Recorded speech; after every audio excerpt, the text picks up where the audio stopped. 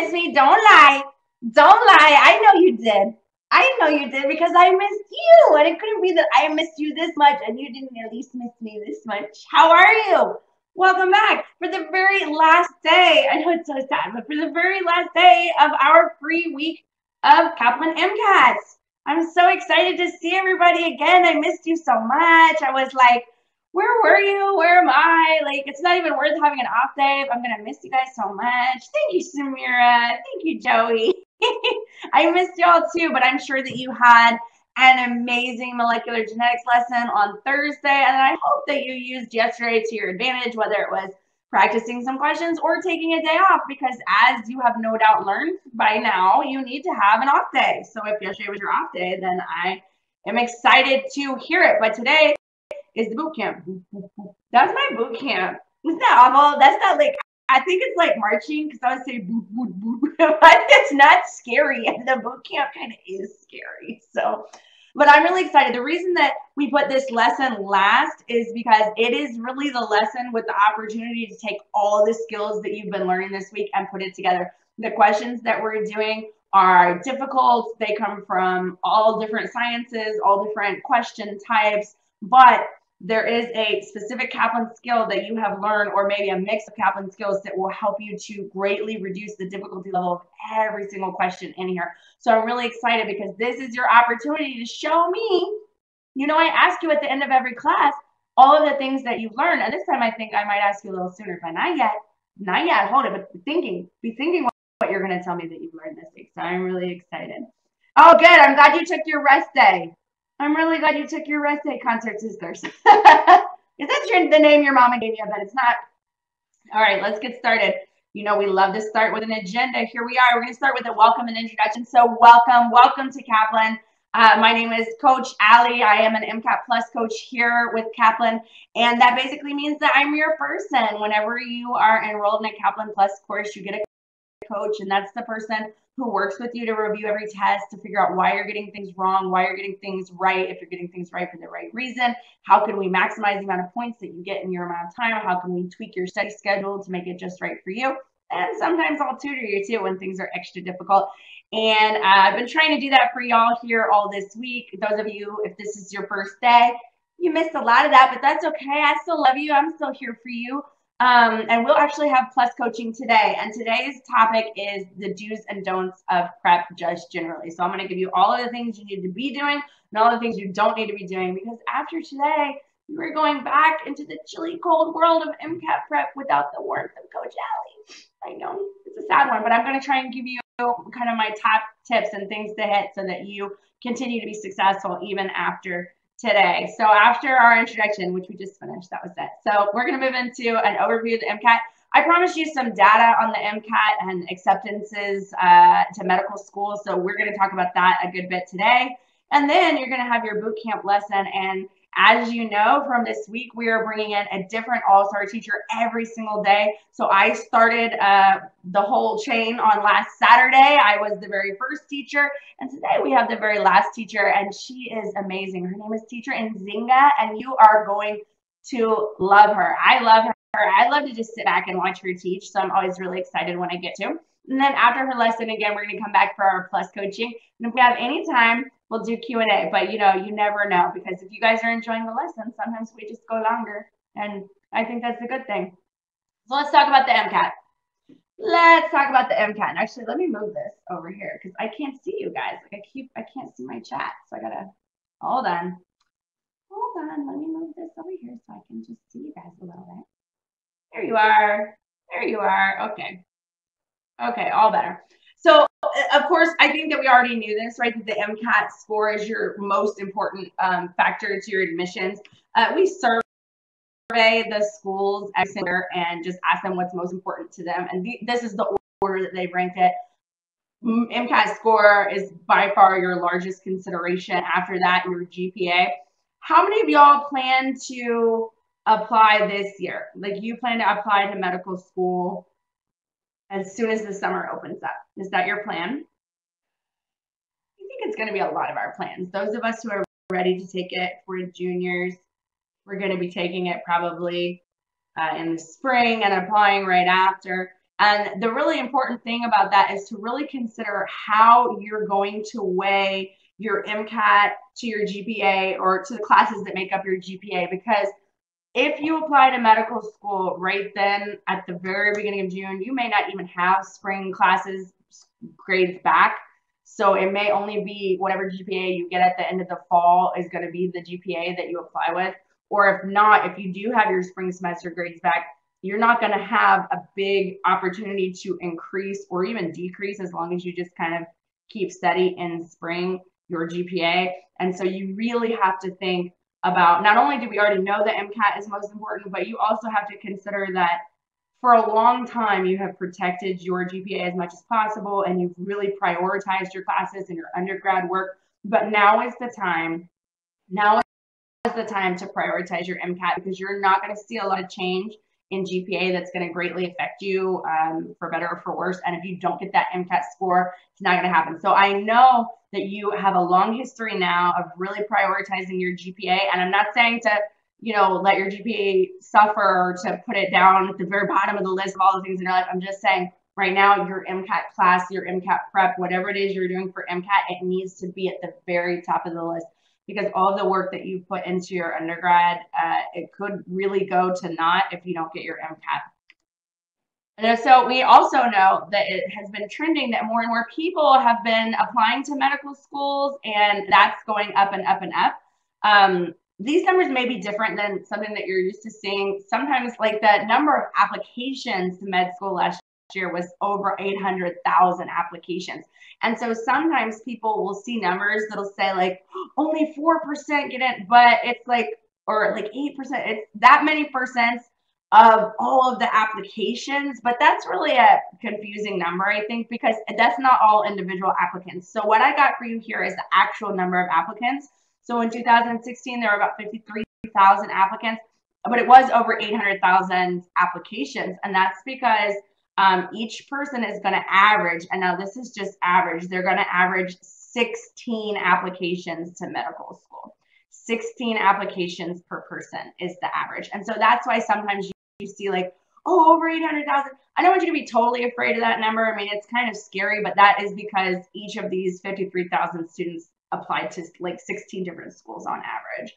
But we do see that more and more people are applying, but we don't see those med school classes growing at the same rate. So they're not taking in more just because more people are applying. So it does mean that it is getting more competitive. Just a little bit more competitive, but that's okay, because you're going to be ready. And since you're going to be ready, it won't matter. I believe in you. I think that if anyone's going to get in, it's going to be y'all. And great news, about 40% of people are getting accepted, a little bit less than that matriculate. And I imagine that that's due to perhaps being accepted, but not being accepted to a school that they actually want to attend. And then maybe they're going to apply a second time. But 40% accepted, and just a little bit less than that for matriculants, like 35 to 38%. Now, this is the chart that I really want y'all to pay attention to, because I got a lot of questions this week, and y'all were asking, okay, but what about this GPA? What about this MCAT score?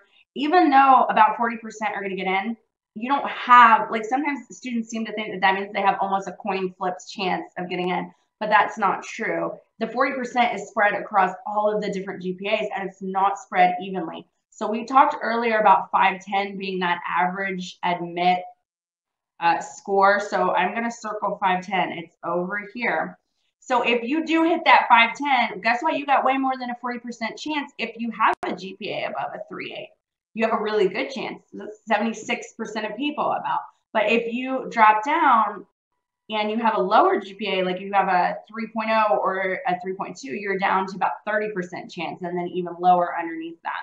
So I want you to pay close attention to this chart. This all comes from the AAMC's data on GPA combination with MCAT and acceptances to U.S. medical schools. So it's also not going to include any foreign medical schools. But the key here is to really think about pushing up your MCAT, because as you can see by watching the growth of the acceptance rates, it is that MCAT, and you're going to get a lot more growth from that. So like if you have that really great GPA and you're above a 3.8, every single bit that you push your GPA is really helping you. Look, you're up over 10% here. right? And then about 10% every single time. And then it's like, oh, okay, almost 20% between these two. And then it gets higher and higher and higher. So you have to really, really think about it. But your MCAT is the biggest deal right now. It is the thing that will make or break you. And you know what, too? It's not even just a scary thing, because if you do happen to have a lower than average GPA for medical school, your MCAT is the thing that will save you. Like if you have a 3.2 to a 3.4 right in here, and you hit that 510, you're really kind of right around the average admit range, which is 40%. You're just right under that. And if you can push it up again, you can have a much greater chance than average, even though your GPA is not as high as some of the people who will be applying to the schools. So you still have a really great opportunity here. So I don't want you to look at it as something to be afraid of, but it is something to take really, really seriously. Sometimes people will think, oh, I have this great GPA, and so maybe I don't have to worry about your MCAT. But look, if you have above a 3.8 and your GPA is 486 or below, that 0% of students got in with that combination. Also, I mean, I always hate to talk about the negative, but let's just point out the fact that there are students out there who got above a 3.8 GPA and they had an MCAT above a 517 and they didn't get in, because there's about 13% of those who didn't get in. So I don't even know what's going on with them, because it's just crazy. But then if you go over here, hey, guess what? There were 2% of people who had a 2.4 to 2.6 GPA and a relatively low MCAT at 46 to 49, and they still got in. So there are chances kind of all over the place, but in order to maximize your chances, it's always going to be with the MCAT. So you have to make sure that you put a lot of thought. And just the one thing that I really want you to take away from this is just to prioritize, because sometimes students get so focused on their GPA, they get so focused on being ready for medical school, like, which classes do I take? Let me study hard. I want to make sure I do great in medical school. But listen, you got to get in first. And it's the MCAT that's going to do that. And so think of the MCAT as either your way to protect the work you did on your undergrad. If you've got that GPA, do not let it go to waste now because you don't get the MCAT score. And if you have had issues with your GPA, then think of this as a great opportunity, because this is the way, because it's comes in at such a much higher percentage of your decision, of the decision they make for you, you can make up for a lot of other things with it. So really reach out and take this as an opportunity to kind of change your fate, because, you know, maybe you had some C's or D's, but now you've kicked butt on the MCAT and you're ready to get in. And if anybody wants this chart afterwards, I'm not sending a recap email today because it's our last day, but I will put up email, and you guys can sign up if you want to have this chart for afterwards, if you want to check it out. But you can find all this data also on the AMC website as well. Is that something that you guys think you would want? Would you like to have this chart on hand? I just made it the other day, so I think it's pretty cool, you know. I think it's pretty cool. But I know it's a little bit busy. You can take a screenshot, but if you want me to put up an email poll so that you can sign up to have it, I will, because I find it to be really interesting information. But now it's time for you to have class with Teacher Nzinga. I know it sounded scary. I didn't want it to scare you. I want you to think about the fact that this is an opportunity or it's a protection measure. It's either going to protect that GPA you've built out, or it's an opportunity to make up for anything that happened in your GPA. And I really want you to think of it that way, in a positive way. This is a great opportunity for you. This is the way to seal the deal. I think that you already knew that, but I also need you to take it seriously and prioritize it in your life right now, because it really is the single most important thing in order to get to medical school at this point. Like, you've done everything else you can do with your GPA for the most part. You've taken the classes they told you to take, and now it's just time to kick butt on the MCAT, which I think that you already knew.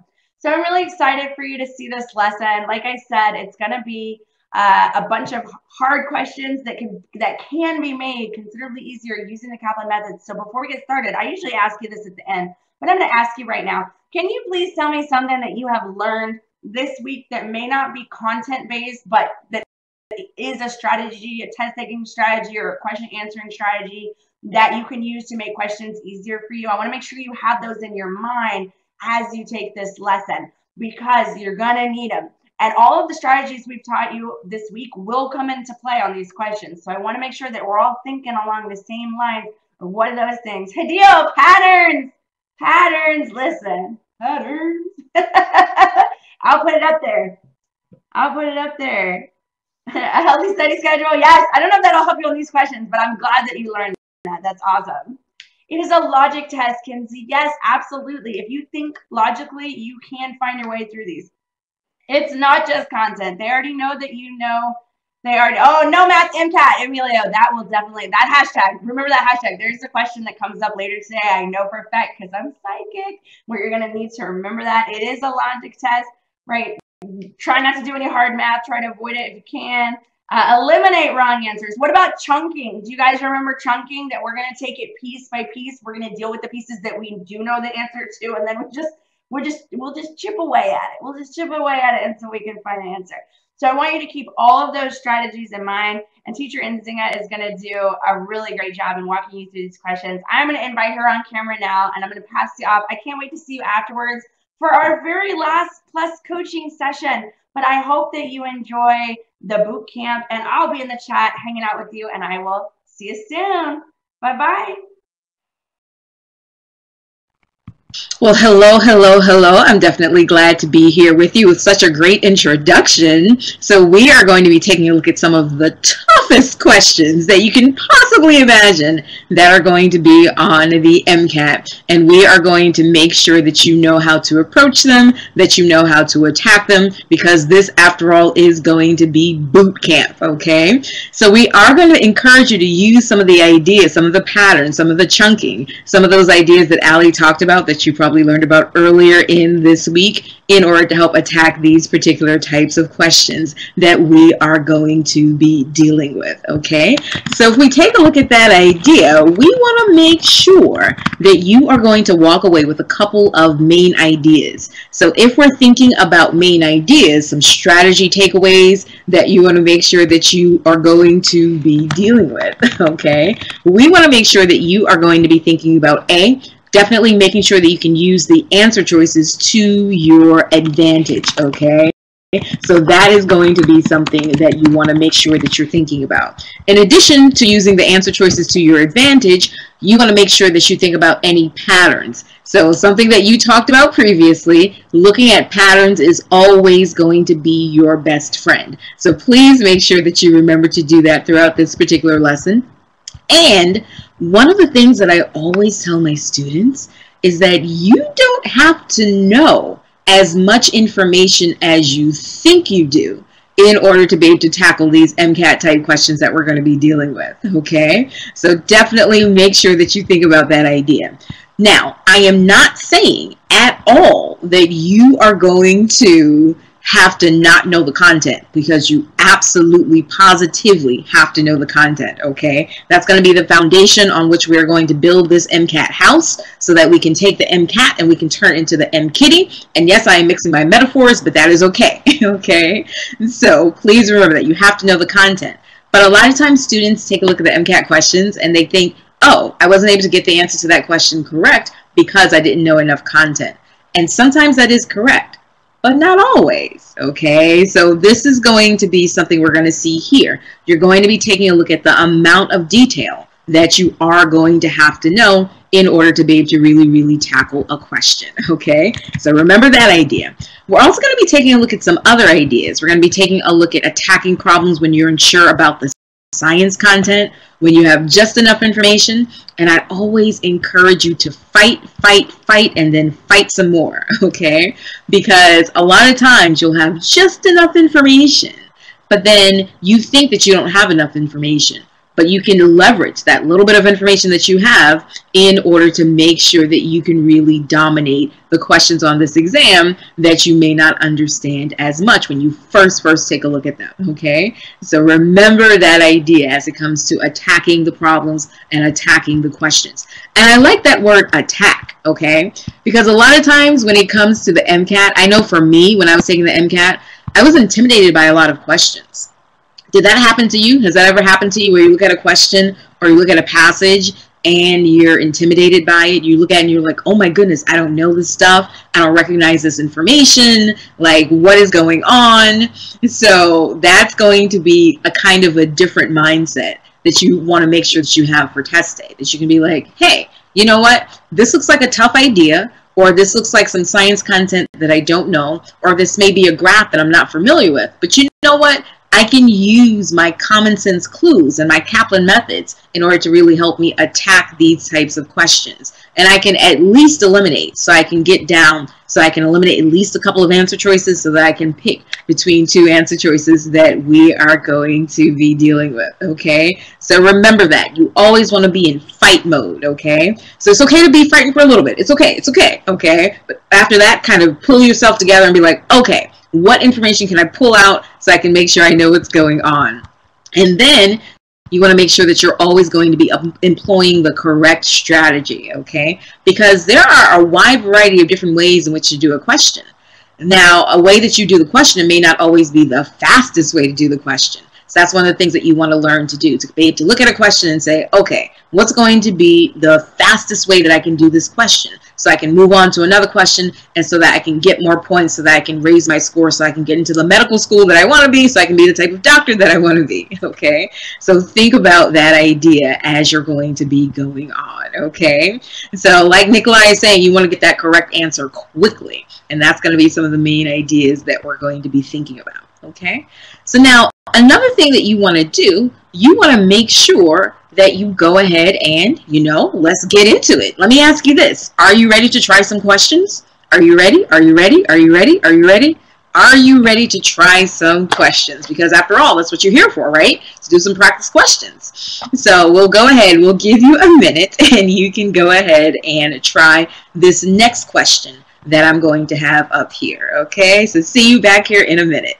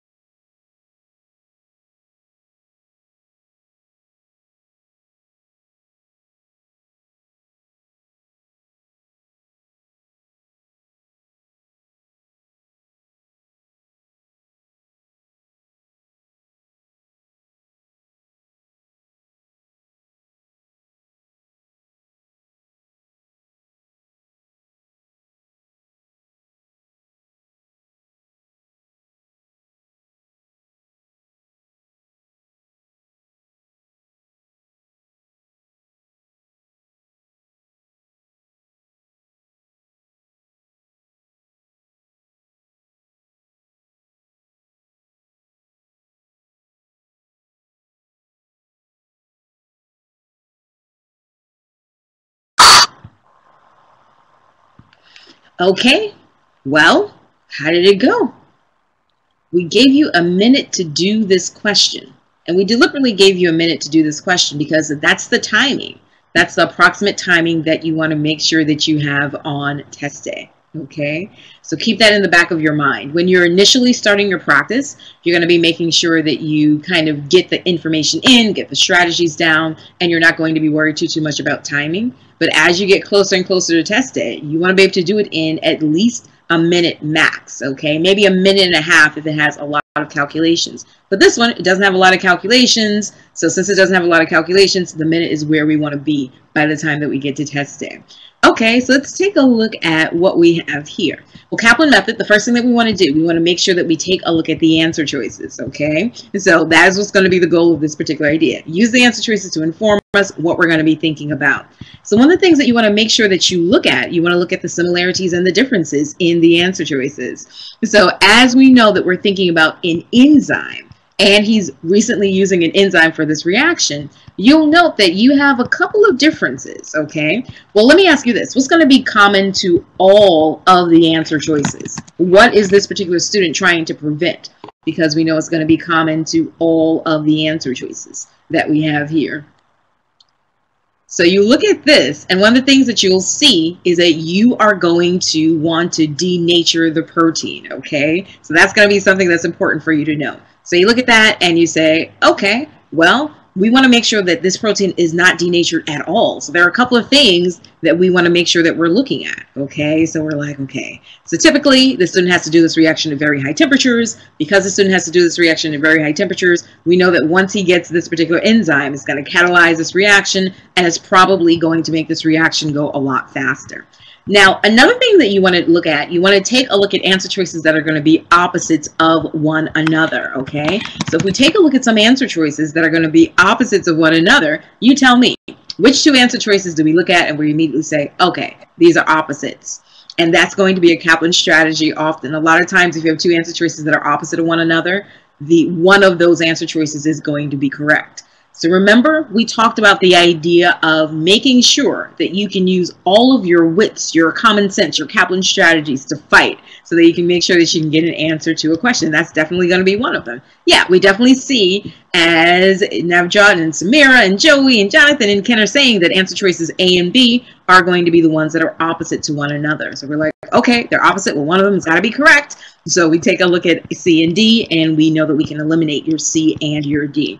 And then from there, I see what you said in the poll, and you are absolutely correct in the poll, okay? So you said that B is going to be your correct answer. And yeah, that makes sense, okay? He has a catalyst. Now he doesn't have to run this reaction at a really, really high temperature. So we use our Kaplan method in which we assess the answer choices. We came up with a plan as to how to attack the question, and we wanted to make sure that we were going to execute it and then make sure that we match it with what the correct answer is. So excellent job getting over 90% correct on this particular question. So we're fans of 90% correct. So we're always going to pull out the stars whenever we have 90% correct that we have here. Okay, so I can see you saying that, you know what, Nzinga, that wasn't that hard, you know, I don't know what you're talking about. You talked a big game. Okay, so let's take a look at another question so that we can make sure that we can understand the level of detail that you need to know about. So I'm going to give you another minute for this next question that is going to be coming up. So go ahead, take that minute, and I'll see you back here in a minute.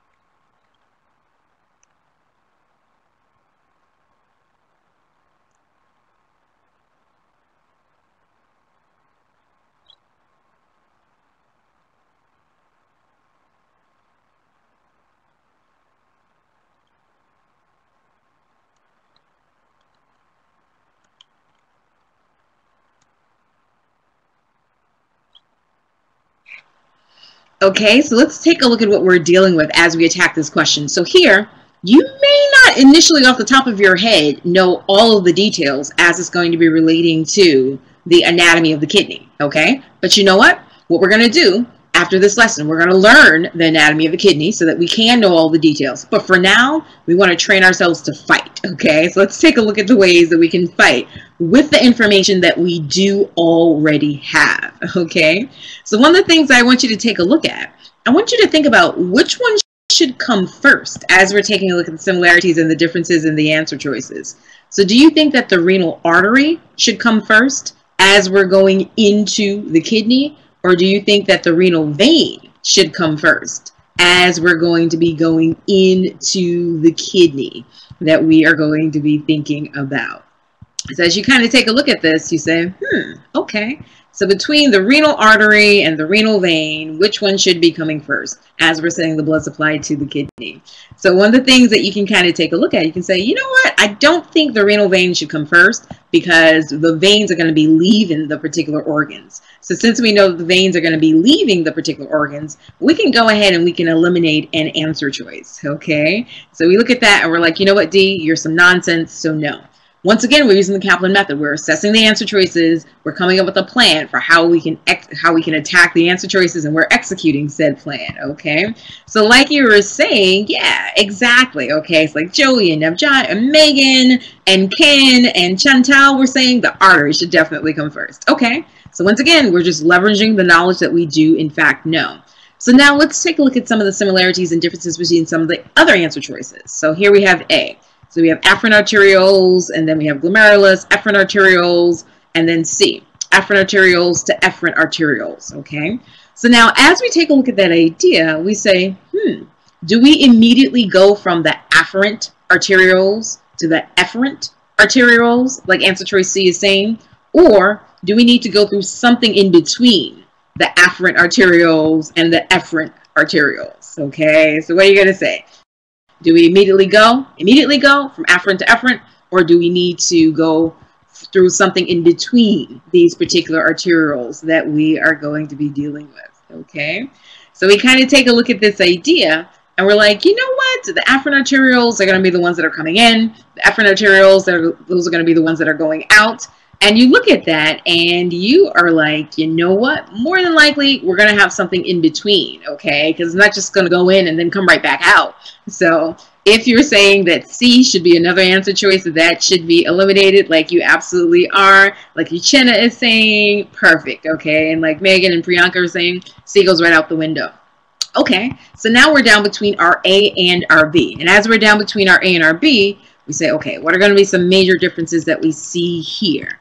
So we have renal artery, afferent arterioles, renal artery. Okay, so now we have to figure out which comes first, the artery or the arterioles. Okay, so I see that your answer choices are changing, and I see about 80% of you indicated that A was the correct answer, and that's absolutely correct. Okay, we have to have a big artery, and then it's going to divide into smaller arterioles, then it's going to go where it needs to go, and that is going to be how we get A as our correct answer. Okay, so excellent job dealing with that, because that is something that you want to be able to do.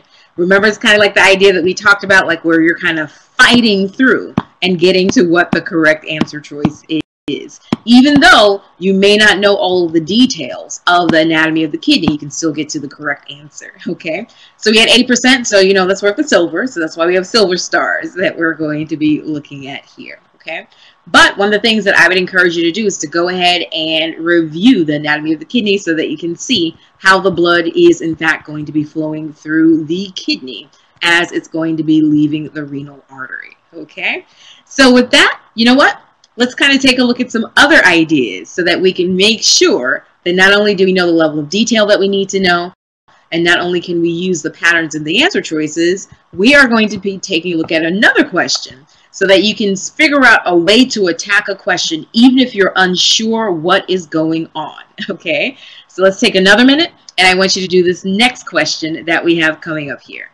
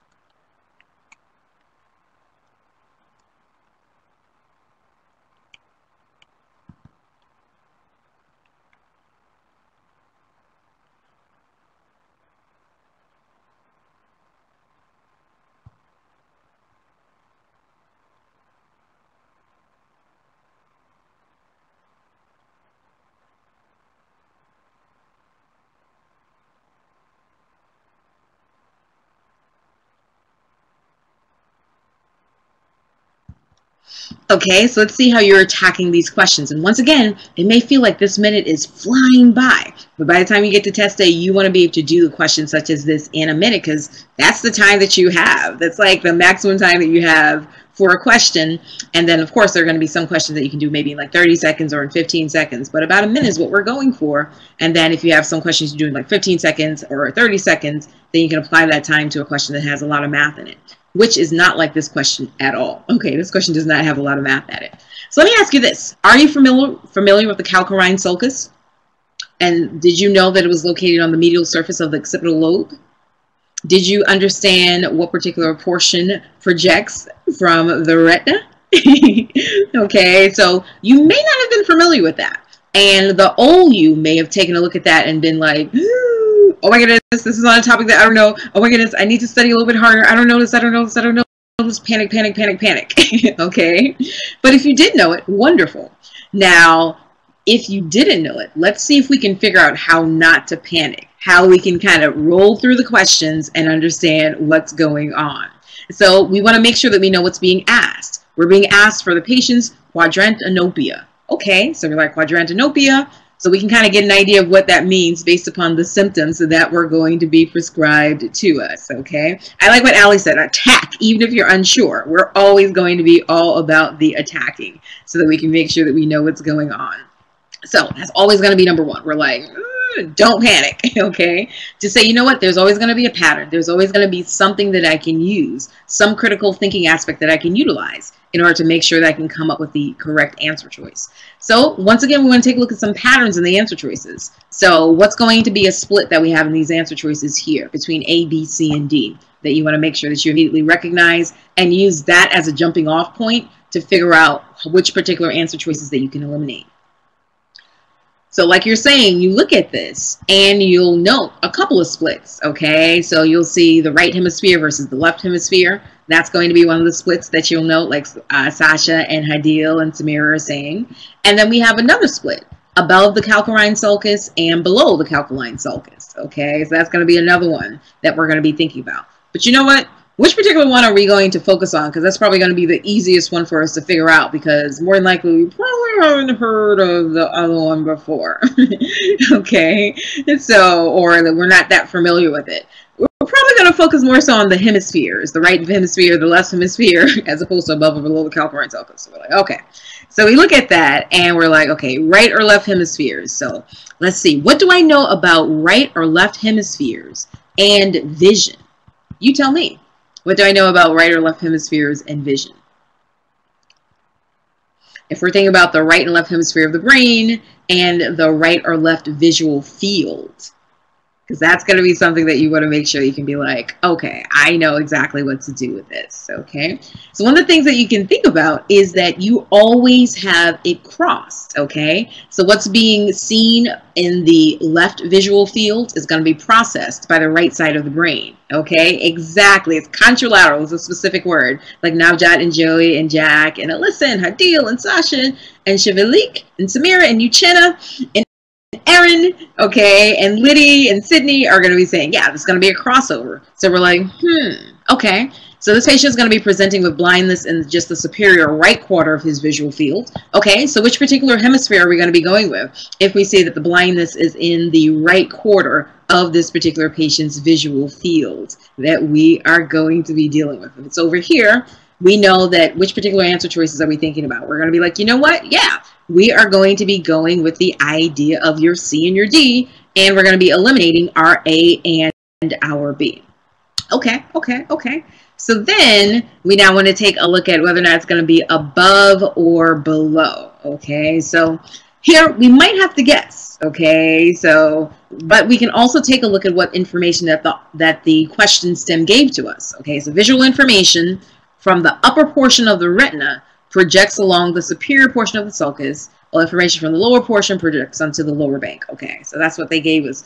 But you know what? We know how the retina works, and this is something that we are expected to know, okay? When it comes to how the retina works and how the information is projected onto the retina, can you tell me, is the above and above is going to be projected on the top portion of the retina if it's coming from above, or is it going to be projected onto the bottom portion of the retina if it's going to be coming from above? So what would you say? So if we're thinking about the idea of information that is light that's coming in from the top, So light coming in from the top, is it projected onto the top of the retina, or light coming in from the top, is it projected onto the bottom of the retina? So one of the things that you're expected to know is that light coming in from the top is going to be projected onto the bottom of the retina, okay? And since it's going to be projected onto the bottom of the retina, it therefore is going to be below the calcarine sulcus, as per the information that was presented to us in this case, okay? So that's how we know that D is actually going to be the correct answer. So this one, we kind of got you on this one. About 81% of you put C initially. But you know what? That's absolutely fine, because at least you were able to eliminate it, so that you were able to eliminate A and B, and that you were able to go back and forth between your C and your D, okay? Now, I like what you said, Chris, that it's a double cross that we are going to be dealing with. Exactly, Navjot, that the image is going to be inverted, like Uchenna and Aaron indicated, and like Liddy, yeah, that is upside down on the retina. So you know what? Let's take a look at an image so that you can make sure that you can understand in greater detail what's going on. And by the way, we have an MCAT channel session that's absolutely wonderful that talks about the sensory organs. And as we're going to be thinking about the idea of the sensory organs, the MCAT channel session goes over everything that you need to know about the eye, okay? So if you're wondering, like, what's going on? Oh my goodness, I need to know this information. We have an MCAT channel session that goes over that. And let's take a look at a bit of information so you can kind of visualize it, so you can see what's going on that is presented in the MCAT channel session on the sensory organs, okay? So we take a look at this, and we are taking a look at what's going to be in the top, okay? The top of this particular person's visual field. And we're taking a look at what's going to be on the bottom of this person's visual field. Okay, so let's kind of take a look at where this information is going to go. So now, we're taking a look at the retina here, okay? Because remember, the retina is going to be charged with taking that light, that incoming information, and changing it into chemical and electrical signals so that we can send it to the optic nerve, okay? So one of the things that you'll note is that light coming in from the top, like you eventually told me, it's going to go to the bottom of the retina, okay? And then it's going to go to your LGN, your lateral geniculate nucleus that you're going to be looking at. That is going to be charged with taking that information and sending it to the occipital lobe, okay? Because that's exactly what we're thinking about over here when we are taking a look at the calcarine sulcus. This is going to be at the occipital lobe. And as you know, the occipital lobe is going to be the one that's responsible for making sure that we can see what we need to see. So now we can see the opposite. We can see what the opposite pathway is going to be. So if we have light information coming in from the inferior visual field that you see down here, we know it's going to go to the superior retina. We know that it's going to go to the top of the retina, okay? And then from there, it's going to go along that lateral geniculate nucleus, that LGN. Like we said, that is going to be charged with making sure that we can get that information to the occipital lobe of the brain, okay? And then from there, we say it's going to go to the cuneus, and then it's going to go to the calcarine sulcus, okay?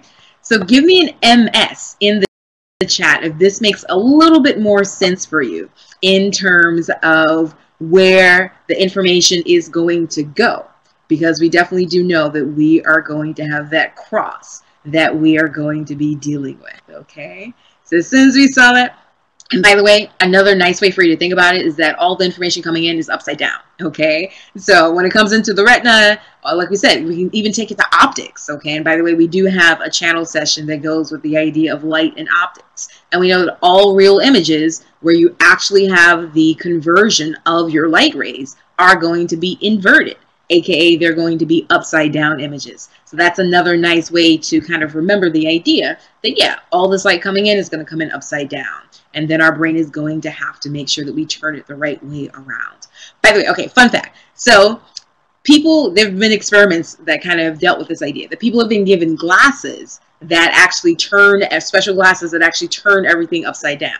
Okay, so for like the first week or so, they're kind of walking around bumping into things because, you know, they're like, everything's upside down. Can you imagine seeing the world upside down? And by the way, it happens with babies too, that initially they see the world upside down, and then it takes a while for the brain to be like, oh, wait, okay, and then turn it back up. So if you give people glasses that, you know, kind of turn everything upside down, after about 2 weeks or so, their brain will flip the images. Okay, because the brain is like, wait a minute, gravity is this way. Okay, so since gravity is this way, this image that I'm seeing is not what it should be. So the brain will flip the images. So it's pretty cool, right? Definitely a good way to make sure that you kind of interconnect as many different things as you can in order to help you remember what is going to be going on. Okay? So, okay, we made it through that question. We did. So now that we've made it through that particular question, let's go ahead and let's kind of take a look at another idea that you want to make sure that you do know, okay? So as we're kind of taking a look at some of these ideas, and by the way, we may have kind of guessed on that particular one, but we're just like, okay, I got it. So now we know for sure that D is going to be the correct answer that we are going to have here, okay? So you know what? Let's take a look at another strategy that you want to make sure that you can understand as it's going to be relating to test day, okay? And this is going to be the idea of making sure that you can employ the right strategy, the correct strategy that you need to know about, okay? So we're going to give you another minute, and I want you to take that minute and do this particular question.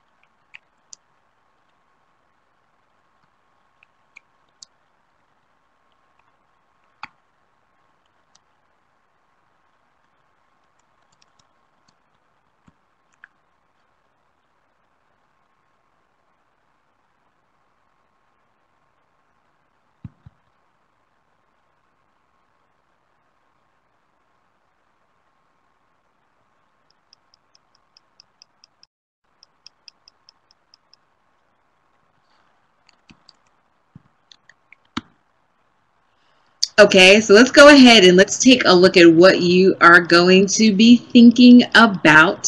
So you know what? Let's go ahead and make sure that we can employ what the correct strategy is indeed going to be, okay? So you know what? I'll let you go ahead and read this so you can kind of take a look at it and read it. And I kind of gave you a little bit of time to make sure that you can, in fact, kind of digest the diagram and digest the graph. And that's going to be something that you're going to have to do on test day.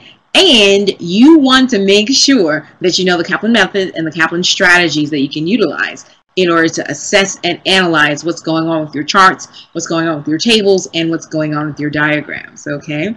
So we can kind of take a look at this figure and see what's going on. So hopefully you took that minute and you're just kind of looking at what was going on, okay? So I want you to remember what's going on here.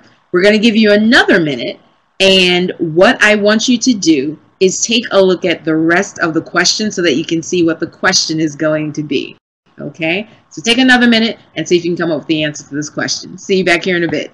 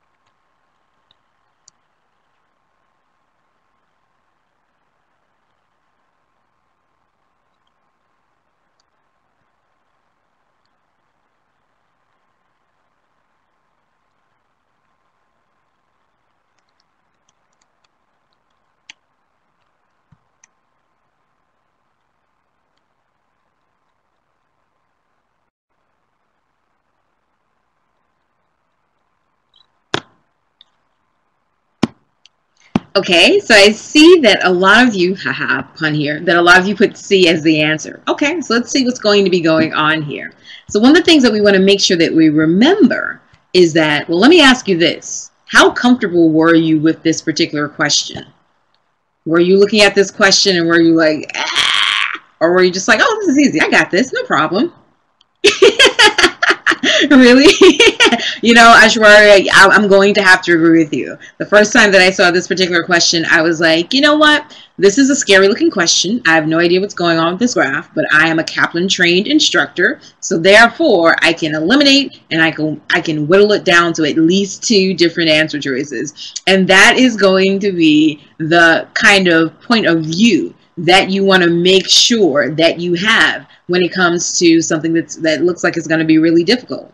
And then after that, you want to move on. You want to be like, okay, I'm going to struggle with this for a little bit, but I am not going to waste quite time on this particular question when I could be using that time to answer a question that I do know how to do. Okay, so it's kind of like a sternness that you kind of have with yourself, that you're just like, okay, it's not supposed to be this hard, and if it is, I'm gonna do my best, and then I'm gonna be like, next, and move on to the next question that we are going to be thinking about here. I like that, Nikolai. No fear, okay? And we can sense it for a little bit, but we kind of shove it away, and then we're like, okay, well, let's dive in because we know that we're going to have to tackle this particular question. So we look at that, and we see that it says this curve, so let's tackle it. As we're going to be making sure that we can assess the answer choices, so that we'll take a look at what we're doing when we're assessing the answer choices in just a moment, coming up with a plan and making sure we're executing that plan and answering the question. So we see that it says this curve marks the boundary for which the participants attained a 75% accuracy rate. Okay, so 75% accuracy rate. Okay, so over here is going to be the 75% accuracy rate that's going to be outside of the circle itself. Okay, that they said in discriminating from the neutral elimination. So let me ask you this, okay? When it comes to the idea of the neutral elimination, where do you think that's going to be? At what particular point on the XY axis do you think that neutral elimination is going to be? Because this is something that you're going to have to interpret so that you can kind of see what is going on here, okay? So we look at that and we kind of say, okay, well, neutral, what's it going to be for the U dimension? What's it going to be for the V dimension if we're thinking about the neutral point? And that's something that we kind of want to assess. And if you look at that and you're like, you know what, it's probably going to be right here in the middle, okay, where we have 0 for the U dimension and where we have 0 for the V dimension that we're going to be thinking about. Good, okay, so that's exactly what we think about, that this is going to be the center. The 0, 0, exactly like Alyssa and Samira and Navjot and Jonathan and Chantel and Alexis. Perfect. And Tiana. Good, okay. Just let it scare you for a second and then, you know, get to work. Okay, so we're like, okay, so here's a neutral illumination. And then we said this is the boundary exclusive for which participants attained a 75% accuracy rate in discriminating from the neutral elimination. Okay, so here is when they, you know, see enough of a difference in this illumination that they have a 75% accuracy rate. So that means that inside of this particular graph is where they have less than a 75% accuracy rate. Okay, so now that we have this information in our minds, we can use this, and we can use this to figure out what's going on with these answer choices, okay? And by the way, I want you to note something. If we kind of note in our minds where the answer choices are, we can kind of say to ourselves, okay, well, we can kind of see where A is, we can kind of see where B is, where D is, where C is, etc. So we're like, there are no real patterns in these answer choices, so we can't use different patterns in the answer choices in order to help us figure this out. Okay, well, can we use math in order to help us figure this out? Yeah, but not in the way that we're going to be sitting down and writing down like a math equation. Okay, so let's kind of see what we're dealing with here. So, you know what, let's kind of take a look at this plot and let's see where all of these points are going to be. So if we take a look at where A is, we have the -5 and the positive, -5 and the positive 10 that we are going to be looking at when it comes to the idea of the U, okay? Well, that's not going to be -5 and positive 10, but we're going to show you where all of these particular plots and all of these particular positions are going to be, okay? So technically, this one over here, this next one is going to be our -5 and our positive 10 that you see here.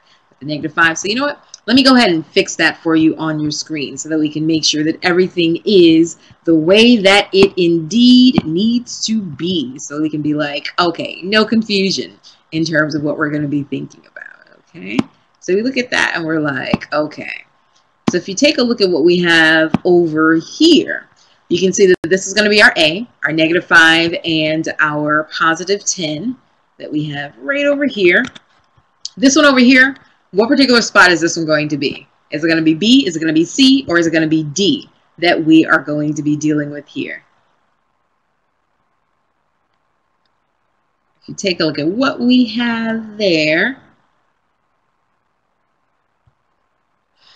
So we take a look at that, and yeah, we can see that this is going to be the idea. If we have our idea of what we have going on, we know that this is going to be B that we're going to see over here. Okay, so it's going to be about your +8, and it's going to be about your -5 that we're thinking about. Okay, so good, Joey and Adam. Yeah, exactly. Okay, so we look at that and we're like, okay, so then we take a look at where the rest of them are going to be. And as we're taking a look at where the rest of them are going to be, here we have the next one, and we say this is going to be +10 and +10. Okay, we can deal with that, +10 and +10. And then over here, we're going to have our D, our -15 and our -25. That's going to be a little bit lower down here if we kind of take a look at this particular diagram. Okay, so as we kind of think about that, we're like, okay, well, let's make sure that we can kind of understand what's going on with these plots in general. And as we kind of understand what's going to be going on with these plots in general, we want to make sure that we can at least estimate. Okay, that's going to be something that's important, that we can at least kind of estimate what is going to be going on. So as we're at least estimating what's going to be going on, and by the way, pretend that you didn't see that. Okay, we kind of take a look at this and we're like, okay, now, even if you didn't understand what was going on with the diagram, even if you didn't understand what was going on with the graph itself, one of the things you could have noted is that, you know what, you can whittle it down to 2 answer choices. Okay, so let me ask you this, critically thinking, using your Kaplan method, using all of your wits, which 2 answer choices would you have whittled it down to? Because, and I want you to see if you can think about it. See if you can kind of get on the level that you need to get to in order to be able to deal with this.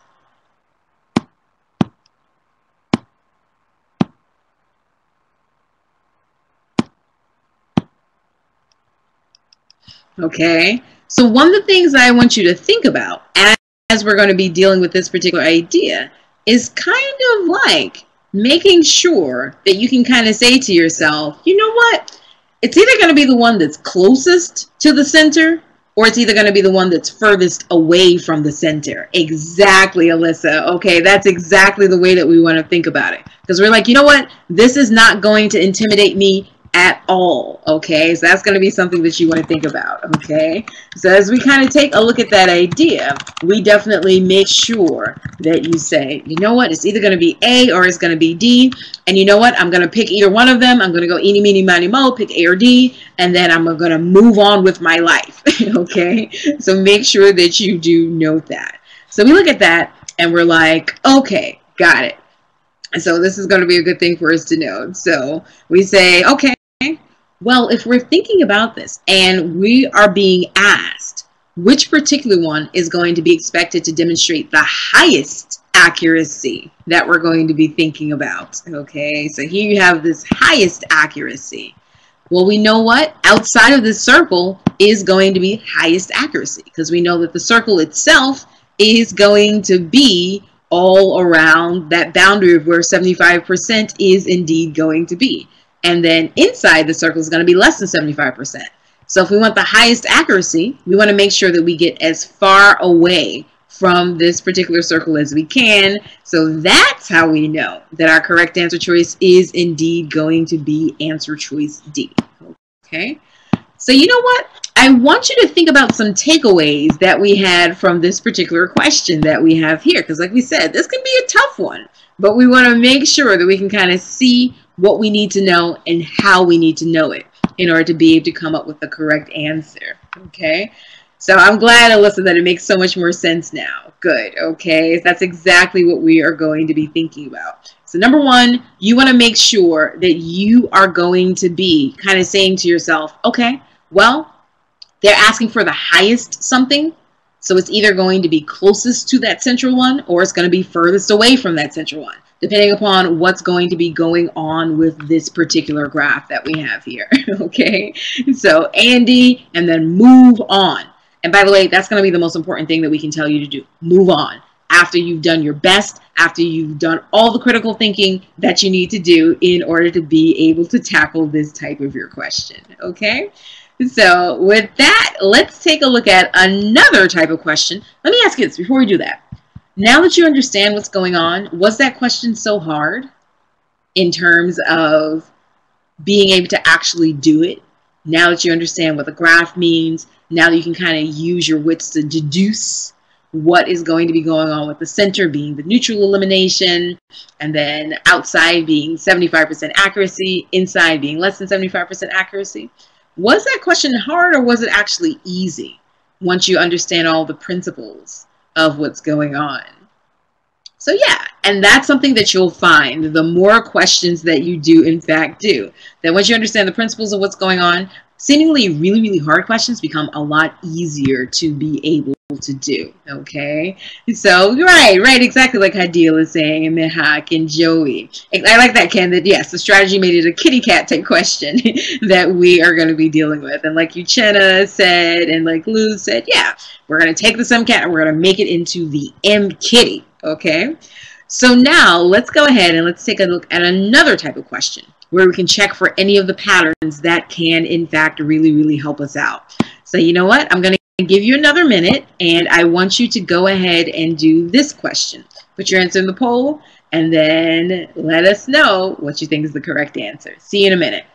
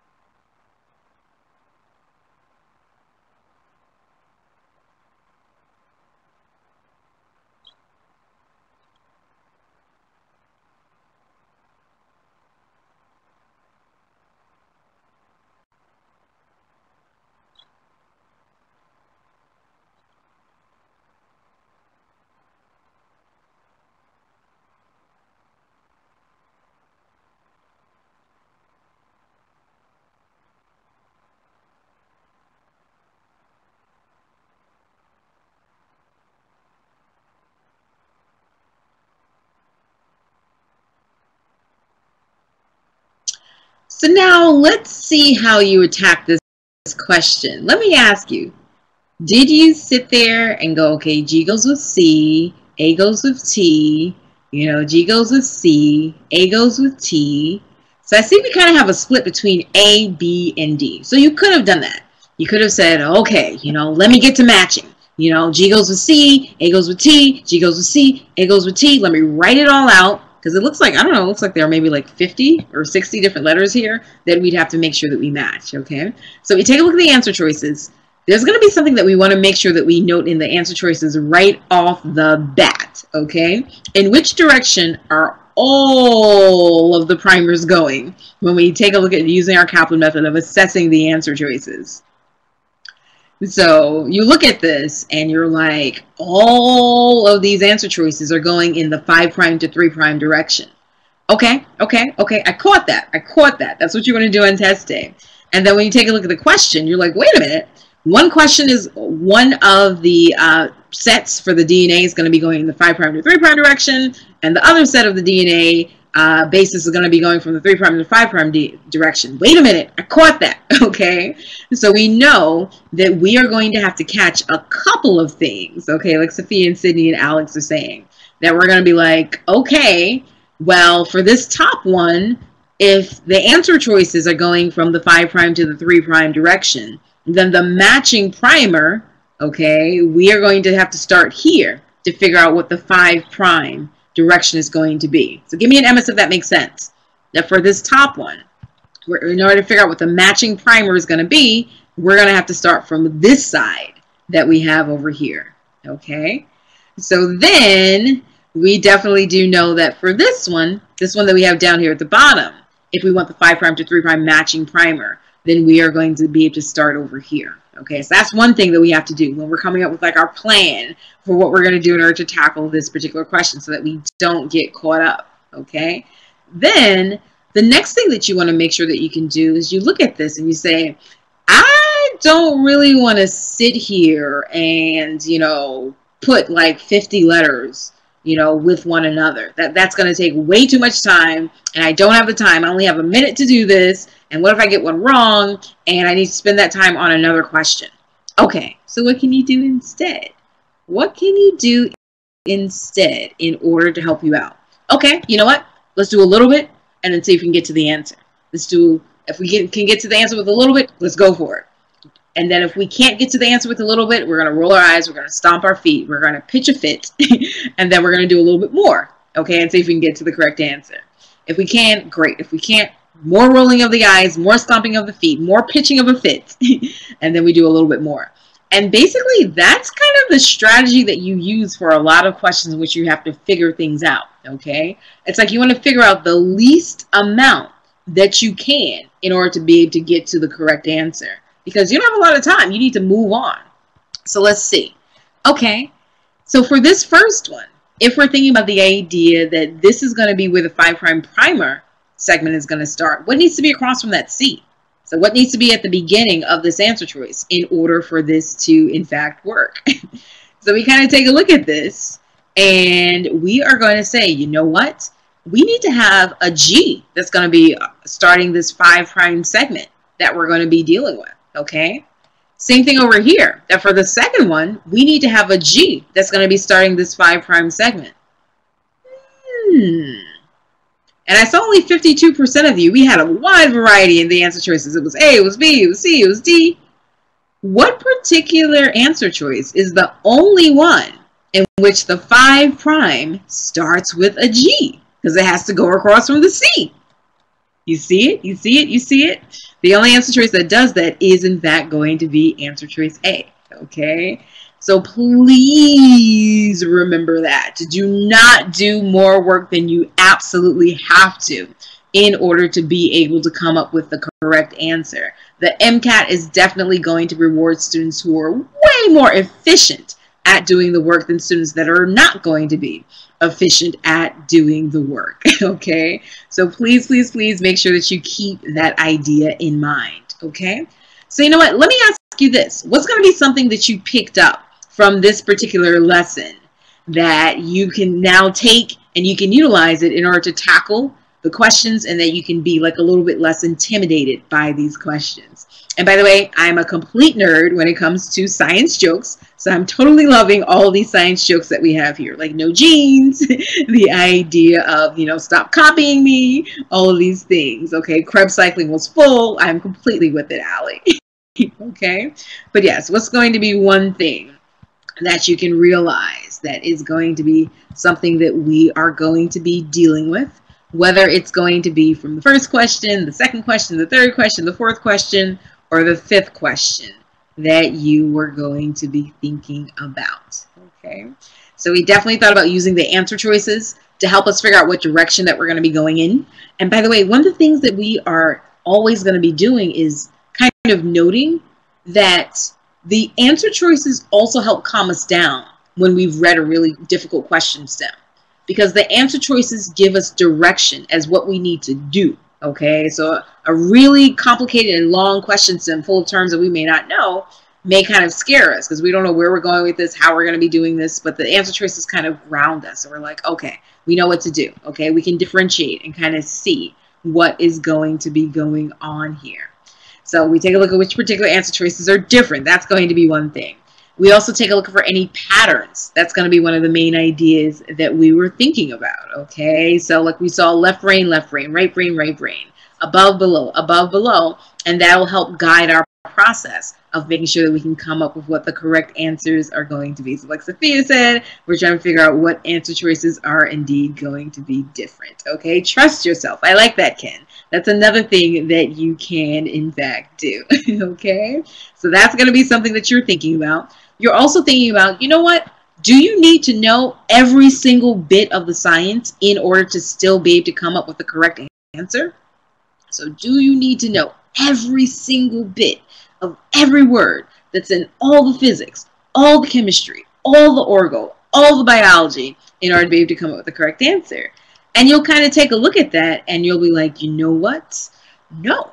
Okay, you can use your common sense. You can use your Kaplan strategies. You can figure out the amount of detail that you need to know in order to be able to come up with the correct answers. Okay, so like Jessica, yes, that's exactly it. And like Hadil was saying, yeah, you don't need to know all that information. And then even if you don't know the science content, or even if you don't know what's going on with a particular diagram or graph, you can still fight. Okay, and if you learn nothing else from this particular boot camp session, that the idea is to fight with the information and with the knowledge and with the critical thinking skills that you do know in order to get to the correct answer. Okay, so that you can make sure that you're also going to be as efficient as you possibly can be. Okay, well, it has been an absolute pleasure dealing with you, and thank you for all of your wonderful responses, and thank you for making sure that you were here, because that's absolutely going to be a great thing for you to do so that you can make sure that you can take a step towards your MCAT journey, so that you can be the doctor, so that you can be the physician that you do in fact want to be. Okay, so I'm definitely very excited to have you here, very excited to in fact see you. So with that, I'm going to go ahead and turn it over to Allie, and she's going to talk to you more about what to do now in order to make sure that you have the right type of prep, so that you can make sure that you're going to be 100,000,000,000% prepared to take the MCAT when you do in fact take the MCAT. Okay, so I'm going to invite Allie on camera now, and you know what? Hopefully I'll see you in one of my upcoming MCAT sessions. It has been a pleasure. Bye. You are very, very, very welcome. Okay, so you're welcome, Hadil and Priyanka and Alex and Daniel and Sophia and Jonathan and Chantal and Alyssa and Salam and Mark and Maddie. See you guys. Bye.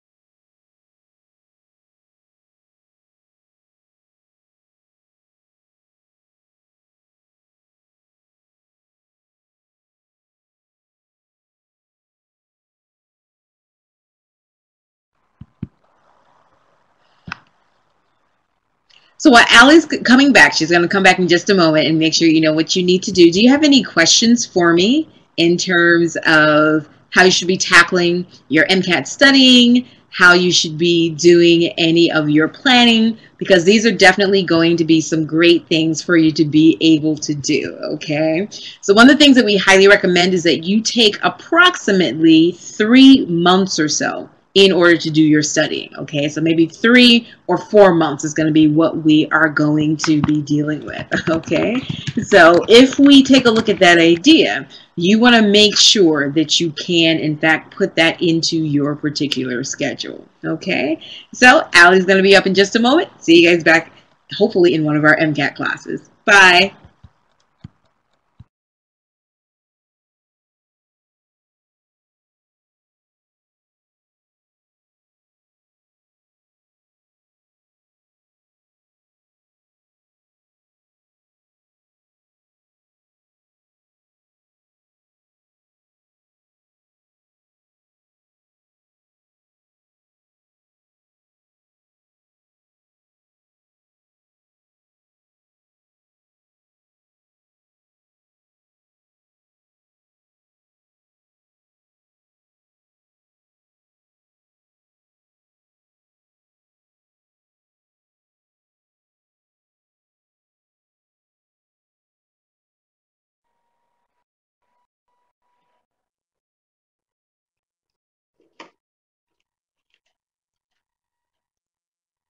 I didn't know I was on. I was like, can you see me? Can you see me? Hi.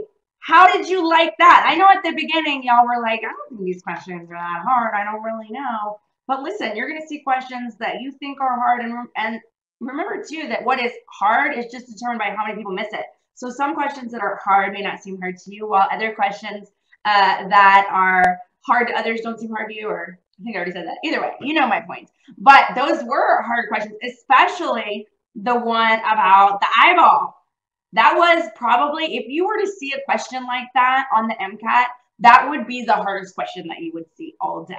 And using the Kaplan methods, we were allowed very easily to get it down to 50% shot, which is great if you're going to guess. And then if you think a little bit harder and you chunk it, and even if you draw it out, which we talked about doing, you really could get that one right where no one else could. And yes, Hadiel, the graph one was difficult too, because a lot of people are going to want to jump into math. They're going to get very overwhelmed. They're going to be like, how do I do this? But you're not. You're going to say, hey, wait, let me see if there's an easier way to go about this. Let me look for that. And what about teacher Nzinga? How awesome is she? Isn't she great? I've been so excited this week to get to show you some of our top rated teachers who have the highest success rates for her students. So I just, I think it's great that you were able to see teacher Nzinga as well as the other teachers this week. But yeah, she's really, really good. And now it's time, friends, for our very last Plus coaching session. This is it. It ends now. We've made it here. I know, wasn't she so great?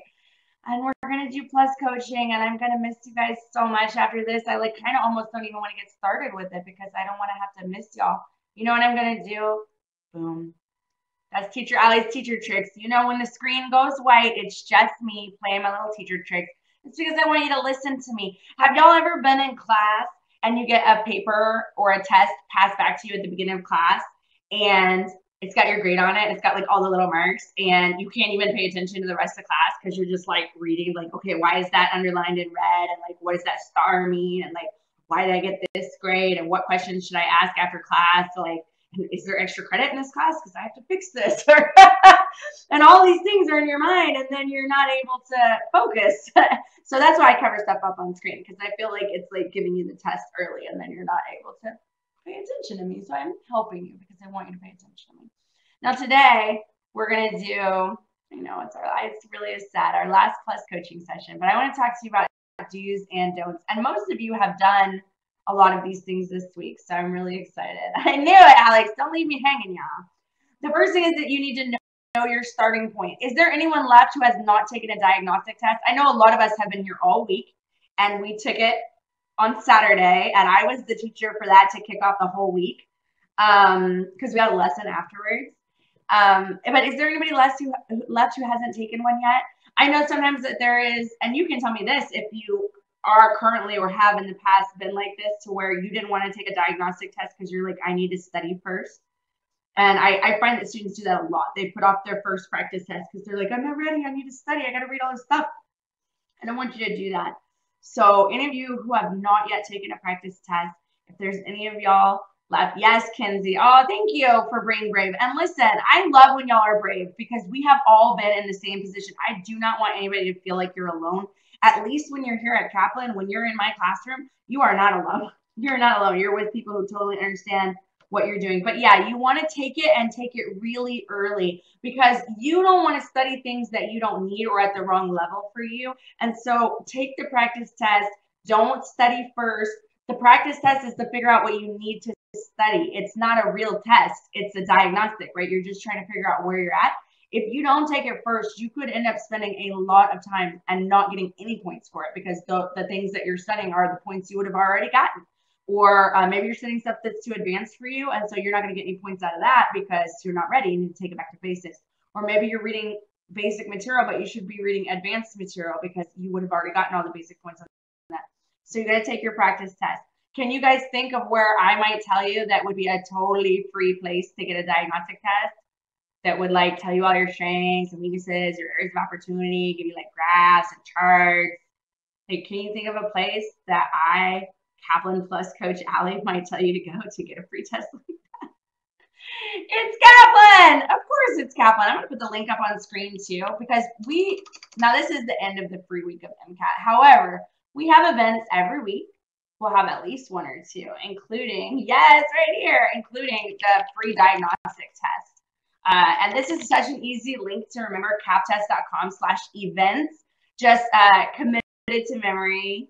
Yes, and you can come and you can take a test for free and you can figure out where you're at and what you need to work on. And I really, really want you to do that because, as Kinsey was saying, she wishes she could go back. Is there anybody else? Oh, did you, Liddy? Hi, welcome back. It's nice to see you again. But is there anybody else who, like Kinsey, wishes they had taken a diagnostic test earlier in their study rather than waiting? Because I really think that we should really promote good habits. So even if you've fallen prey to something, don't be afraid to just like dig up the right decision now so that your friends don't fall into the same thing.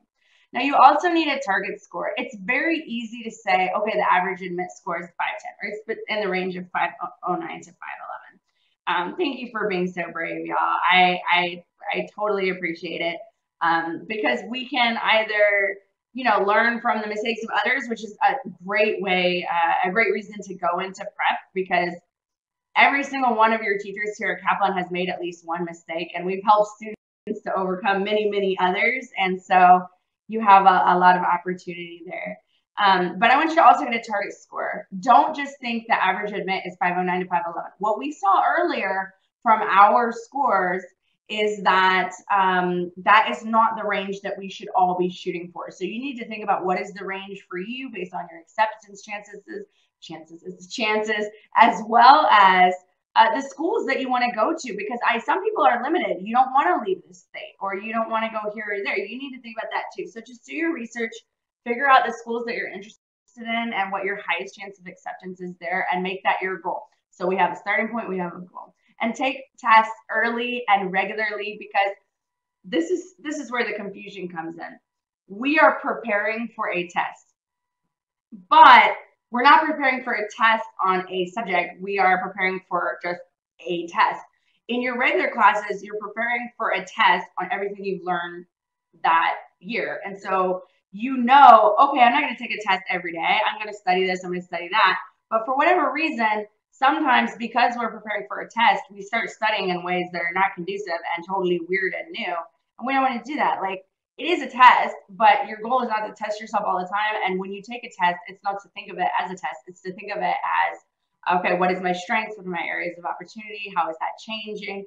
Let me ask you all this too. Those of you who have taken your diagnostic test or recently taken a practice test, did you write down all of your weaknesses so that you can prepare to study those weaknesses, and you're just like getting ready to just like chow down on some weaknesses? Is that what y'all were thinking about doing? Because I hear that a lot. What do I do with this diagnostic test? And we talked about this earlier in the week, so I imagine that some of you may not be planning to do that just based on me and the things that I've been saying. And I want you to, with your diagnostic test, I want you to really look at all of the information you can gain from it. Because just because something shows on one time you take a test, and it's like, oh, you didn't miss any questions of this type, or oh, you missed all of these questions in this other type, right? That doesn't necessarily mean that the one is the strength and one is the weakness. It could be, and I know that I've done some private coaching with y'all in email during this week about this, but imagine, I'm gonna do this really simply. I'm just gonna put up, I don't know, biology and chemistry. All right, imagine that you are not great at biology, but you are good at chemistry, right? And you take a practice test, and it has, I'm making this really simple, it's not real, but you had 10 chemistry questions and 5 biology questions, right? And those 10 questions in chemistry were the easiest ones. Oh, you know what? I am really bad at making things up off the top of my head. If you take a test and your strengths are represented more, then you're going to do better. If you take a test and your strengths are represented less, then you're not going to do as well. However, if you take one practice test and it shows, hey, this is your strength because you got 100% of that right. Well, what if there were only 3? Or what if they just happen to be way easier? And then on the next test, they have way more of them, or they're way more difficult. So I don't like you to just see on one test that, oh, these are my weaknesses, I'm just going to say that. Maybe they're not your weaknesses. Maybe they were actually pretty good at that stuff, but it was only tested in incredibly hard ways on that particular test. Or maybe those aren't really your strengths. It just happened to be that on that test day, they had easier questions of that type. So the next time that you have a test that it's harder on that type of question, well, you haven't been studying that because you said it was a strength. Or you've been studying all these weaknesses, but guess what? You don't get any more points for it because they weren't really weaknesses of yours. It just happened to be that they were tested incredibly difficult on that one test.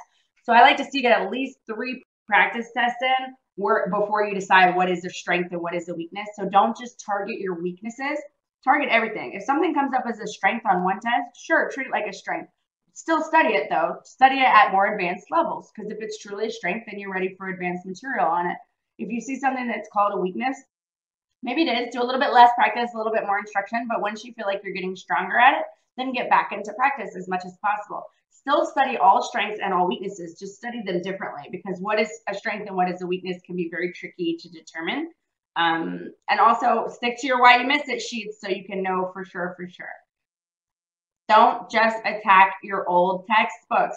Can y'all tell me any one thing that you may have learned this week that would not have been taught to you in a science textbook from undergrad? Just like anything that's going to be valuable to you on the MCAT that your science book didn't tell you.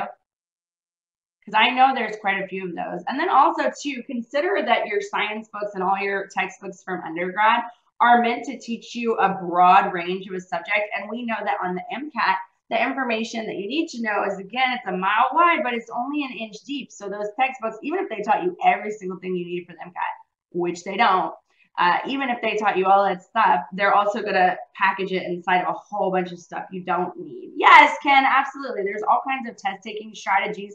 There's all kinds of shortcuts. I know we learned some cool math shortcuts this week that not everybody knew. Great ones. Yeah, absolutely. But your old books are not going to teach you these things, right? So you need to study MCAT material.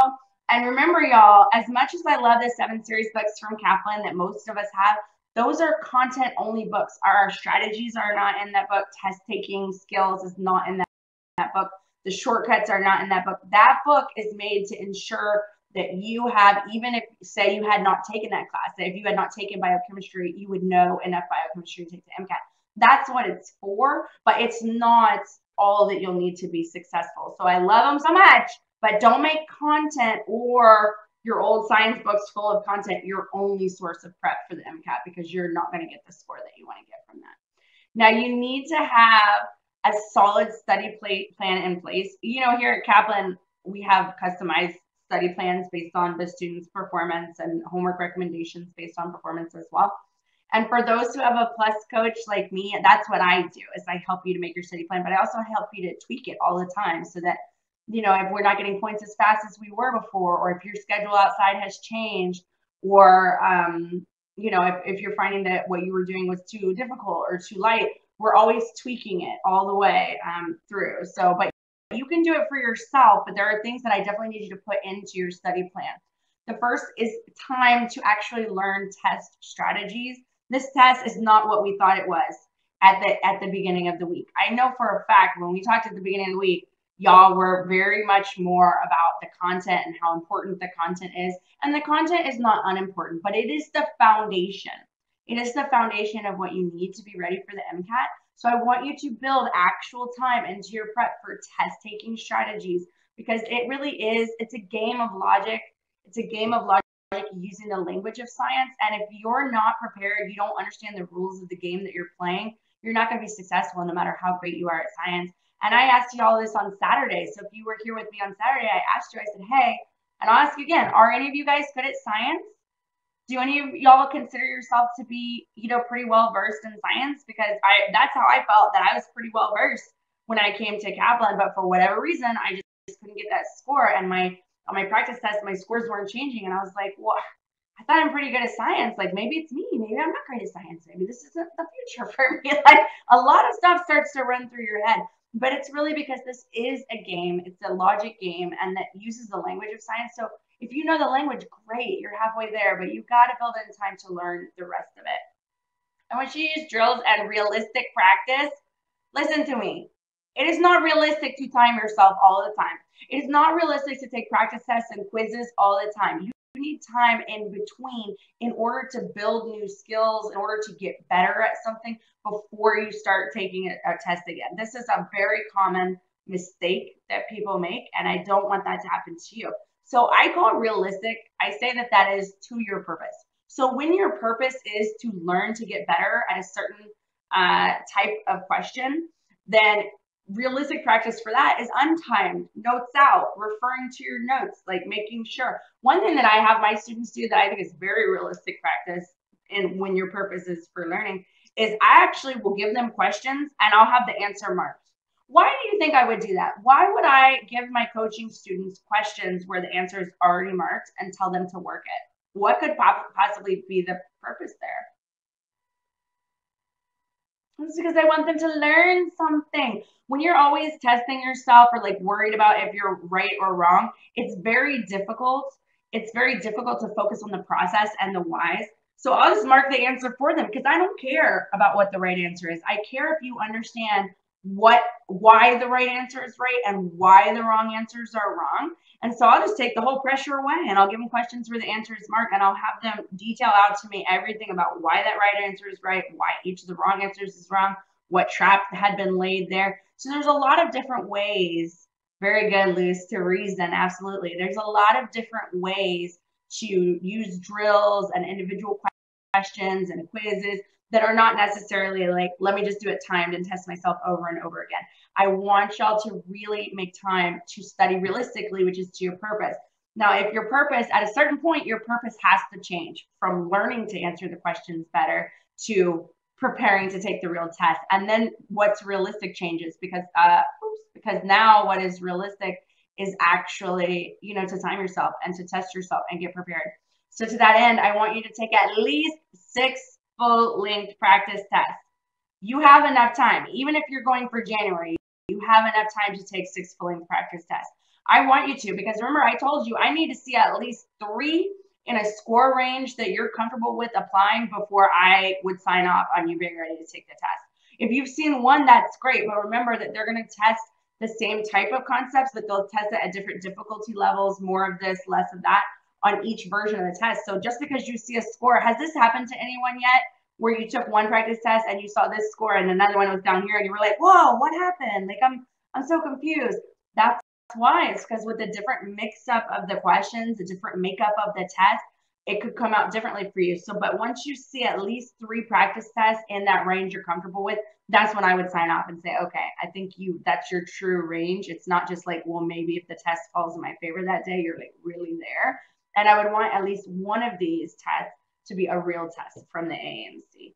And of course, this is just a minimum. If you have more time, like if you're aiming for a spring test, I would expect you to take a lot more tests than this. And at the end, you'd be testing at least once a week. So I want you to make sure that you build time for that into your study plan as well.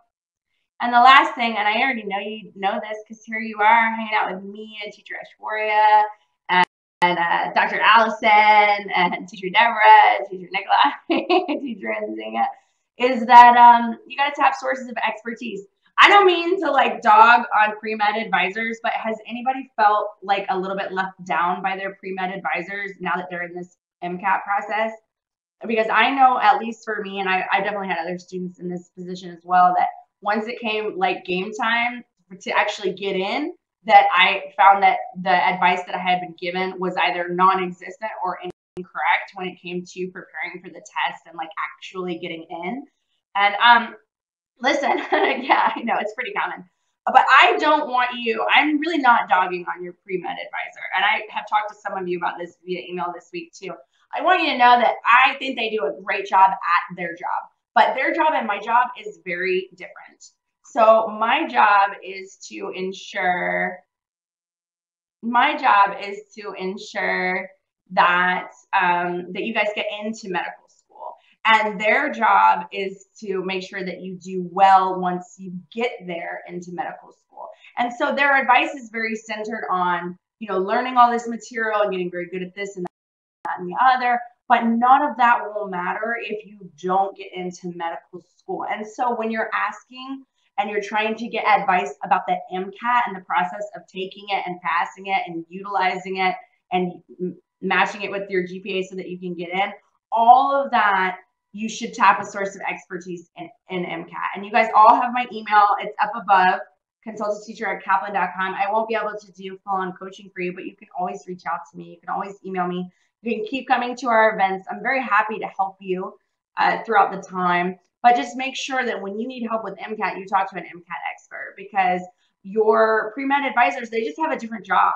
So their job is to make you ready for medical school. But honestly, I don't care if you're ready for medical school. I mean, not in like a mean way. Like I certainly hope that once we get you in, that you do well. But my one and only goal in life is to get my students into medical school. It's to beat this test so that they can get into medical school. Nothing else matters to me. And so when you want help with the MCAT, you need to talk to the people who are experts in the MCAT, because it's just a different job. So not to bag on our pre-med advisors, but we do have a different job, and that's what it is. And that's what I have for coaching today. That was our last plus coaching session. I know, it's so sad. I'm going to miss y'all. I'm going to miss y'all for plus coaching. But you know, if you do end up signing for Kaplan when you're ready for your comprehensive prep, which of course I hope you do, but if you do, you can always get a plus course, and you will see right here, you will get your own personal Allie. You might even get the actual Allie. How amazing would that be? But that's what I have. I know I'm sad. I feel like I've gotten to know a lot of you very well. I'm going to miss you. But we do have time for Q&A today, a lot more than I thought we would. You guys were pretty good at that boot camp. I mean, some of them were a little harder. I saw y'all move from like 30% to like 90% right, which was amazing, using the Kaplan methods. But now it's just time for questions. And this may be your last time, at least for a little while, to talk to you. Oh, that's how I learned to talk to students. Just imagine you all in your underwear. Just kidding. Just kidding. It's not scary, because in actuality, I'm just here coming to you live from the Kaplan Studios in sunny Orlando, Florida. It's not very scary at all. It's not very scary at all. But what can I help you with? I'm sure you've got questions. It's the last day. Oh, Luz. Well, you're so welcome. You're so welcome. And I'm sorry I didn't get to spend the rest of the week with you, but you can keep coming back to our events, and we can spend even more time together, which is captest.com/events. I'll put it back up again. I'll put it back up again. I'll put it back up again.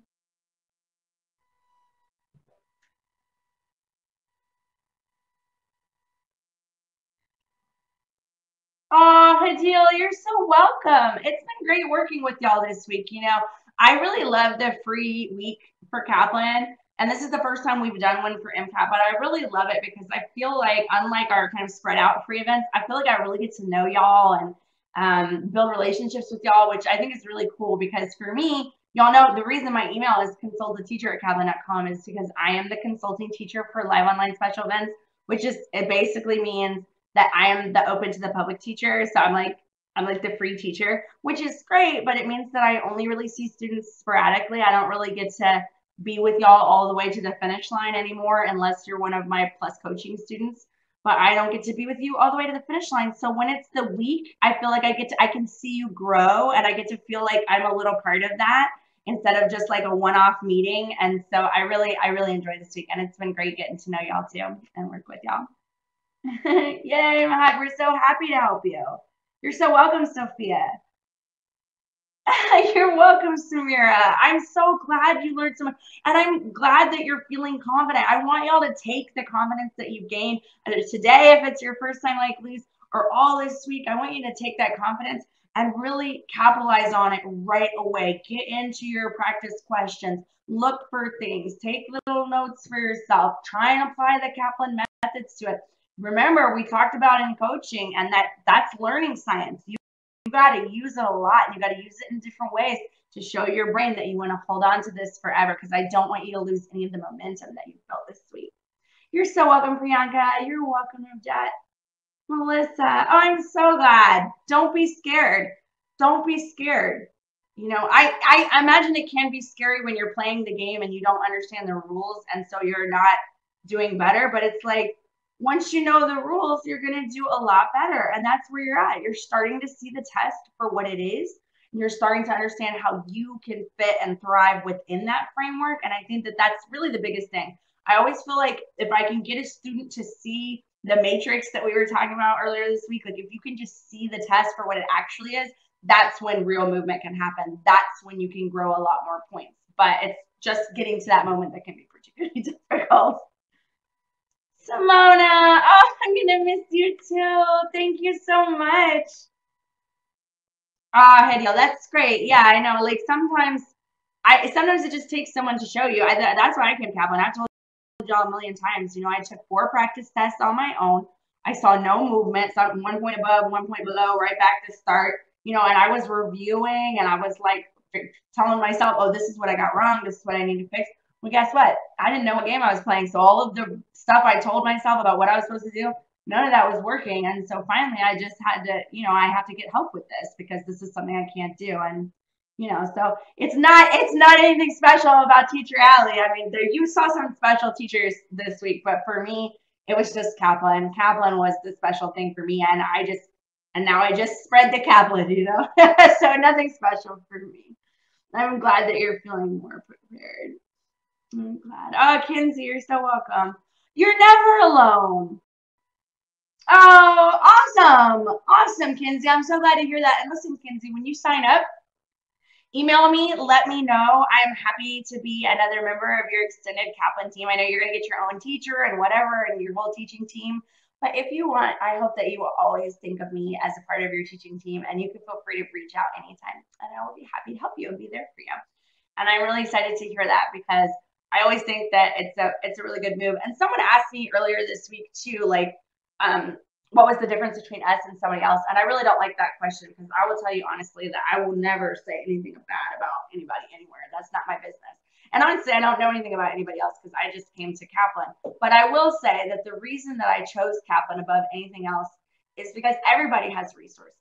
Everybody has resources. That's the truth. I think Kaplans are the best because we spend a lot of money and we have a whole learning science team and whatever. But everybody has resources. The thing that for me was right about Kaplan was that every person I talked to, from the person on the phone to the person in the free event that I went to teachers, like every single person that I talked to took their time with me. I genuinely felt like they cared about me. And at the end of the day, I'm like, you know what? I can get resources anywhere, but can I get a support system that will care enough about me to actually make sure that I reach the finish line? And that was the thing for me. So that's what I try to pass on to y'all. So if y'all have felt that in my classroom, then I feel very successful. I feel very successful. You're so welcome. Sydney.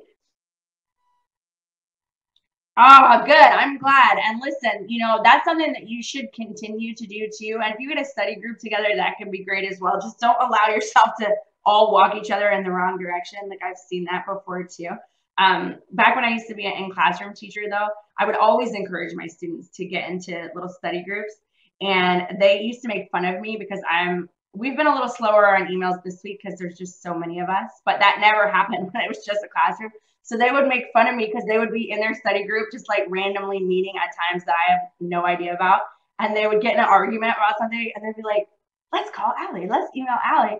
And the joke was that they knew that if they emailed me, I would get back to them within 5 minutes, like way before their study session ended. So it was kind of like remote teacher, you know. But I'm so glad that you have that. I'm so glad that you have that. Ashley,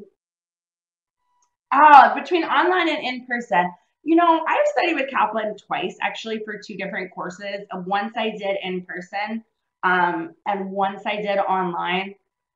I liked them both. When I recommend usually for students is that I like the live online better now. They didn't have live online when I studied the first time. They did the second time. I like the live online better, but the in-person is great for accountability. So if you find that you're the type of person that needs a physical place to go to in order to make sure you attend, or that you need someone to miss you if you don't show up so that you feel a little guilty, so you make sure that you go, like if you need that kind of accountability, then I think that in-person is kind of important that way. But I love the live online for a few reasons.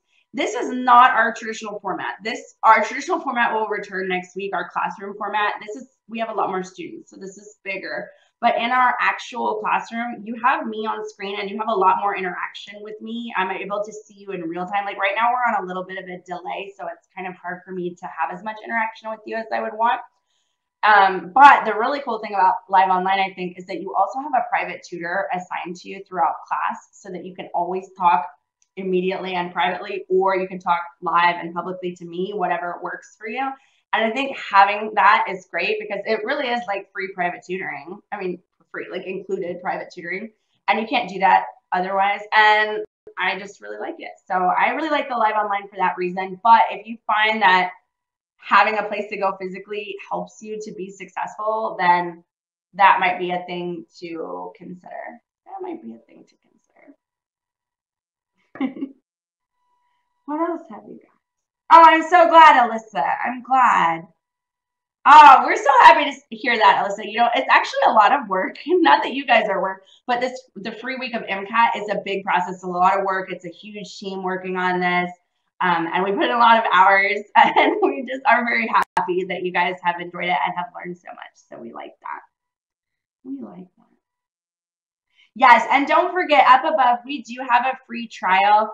I feel like this week has been a great example of what Kaplan does, but if you want to know more about the format and the mechanics of how it all works inside, then you could try that free week. It's not all of the things that Kaplan offers, but it's enough of a sample so that you can get like a real feel for it.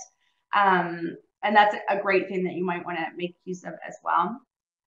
And remember, too, that I always say that you should make a free consultation by calling 1-800-CAP-TEST or by using the You Can Book Me link above to see what is the best plan for you. And you can also email me, too. Like if you're going to enroll and you just want to make sure that you're doing it at the right price or the best price for you or the best plan, or you have questions about like this course versus that course or this teacher or that teacher who is teaching it, any questions like that, you can always email me too, and I'll be happy to figure that out. So if you don't want to just make a consultation with a teacher that you don't know, but they're all great, but if you want, it can be me too. So I put up my email again on the screen, and it's up above too, consultantteacher@kaplan.com, and I'll be happy to help you figure out and make those decisions as well. If we sign up for the in-person class, will we also have access to live online sessions and tutoring resources included? It depends. So if you do the in-person class, obviously in person, you have your teacher and your fellow students, but you don't have like a tutor that you can like whisper and be like, hey, can I ask you more questions about what they're talking? You know, like it doesn't work like that. It kind of does on live online. So you don't, but all of your in-person classes will come with the MCAT channel. Like all the lessons we did this week, except bootcamp and practice test, all the ones in the middle, those are your elective lessons from the MCAT channel. And that will always be in the live online format. And those will always have a private tutor assigned to you. So you do kind of get a little bit of both. And I want you to like, don't think that this is like a FOMO situation. Like if you sign up for live online and then you're like, wait, I need more accountability and you have to switch it, we're going to let you switch it. And we're not going to charge you something extra for that. I mean, we're not jerk faces. Like we want you to be successful. Like, we want you to do well. Like we can only be in business if you do well. So if it's not working, then we'll make that switch. Or if you start in person and then you're like, well, I really wish that I could be online, you know, like I'm wasting time driving to and from or whatever, then we'll make that switch too. So don't think that it's going to be like like if I make this decision, I never can change. You absolutely can change. And even when you repeat, did you guys know this, that Kaplan allows you, like if you sign up for Kaplan, then you can repeat entirely for free. It's what we call a twofer. In the South, we call it a twofer. So it's a 2-for-1. It's a 2-for-1 special. That if you sign up for Kaplan, you can repeat the course if you need to or want to. And that could be for any reason. Like sometimes we end up getting a lot busier than we thought, or we decide, oh, I got busy in school, I want to actually try for a different test date. We actually have built that into all of our courses so that you can go ahead and utilize that. And just to your point, Sophia, if you end up doing one method the first time and then you're like maybe you want to sign up for a class that's in person and it ends in January, but you want to actually take your test in May, then you could repeat the course and you could change formats if you wanted to.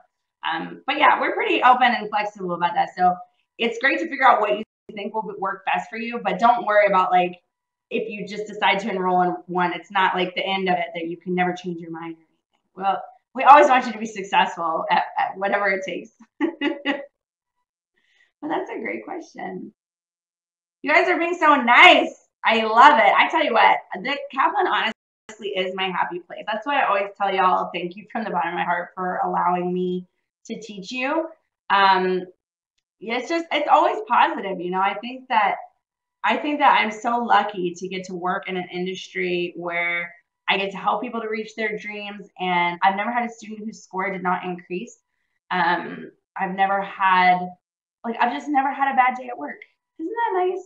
Isn't that nice? I just get to always do good and happy things, and we get to be successful together. So I think it's great. No, Hadil. So the free trial is going to be within, like, you'll get like an online syllabus and a platform that is very similar to what our students get. What it won't have, it will have channel lessons, but it's not live access to channel lessons. So it's like a recorded version. They're all live for the Kaplan students. Well, you get live and recorded. For Kaplan students, you get a live version and a recorded version of each and every class and channel session. But in the sample, in the trial class, you get like a version of the online syllabus. You get to see some of the science review videos, some practice questions, some of the MCAT channels, but they're in recording. So it's not like a live trial, but it'll get you a good feel. It'll get you a good feel. You're so welcome, Sophia. I appreciate it. I see that the questions are, I feel like the questions are slowing down. So I'm gonna let y'all go. It's been a great week. I do want to end with the same note like I always do. And I just want to thank y'all so much for coming. I want to thank you for choosing Kaplan for this week. This has been a huge pleasure for all of us to put this together and do this with you. We've been planning this for like a while. We've been very excited. Like even today's lesson, this is the first time that this lesson has ever been taught. We created it especially for you. So no one has seen these practice questions taught at Kaplan before. No one has seen this lesson. This is all brand new for you. So we were really excited about that. And just thank you so much. And I'm honestly humbled that you chose us and allow us to help you. You know, I always say that I can't live my dream without helping y'all to reach your dream. And that's 100% true. And it means a lot to me. And it means a lot to everyone here in this room and everybody you've met this week. And thank you so much. I can't wait to see you in our future events or in our classrooms or in our plus coaching sessions. And you have my email. I know that it's not like coaching proper, but you can always reach out to me if you have questions or need help with anything that you're working on. And I look forward to hearing from you soon. Bye-bye.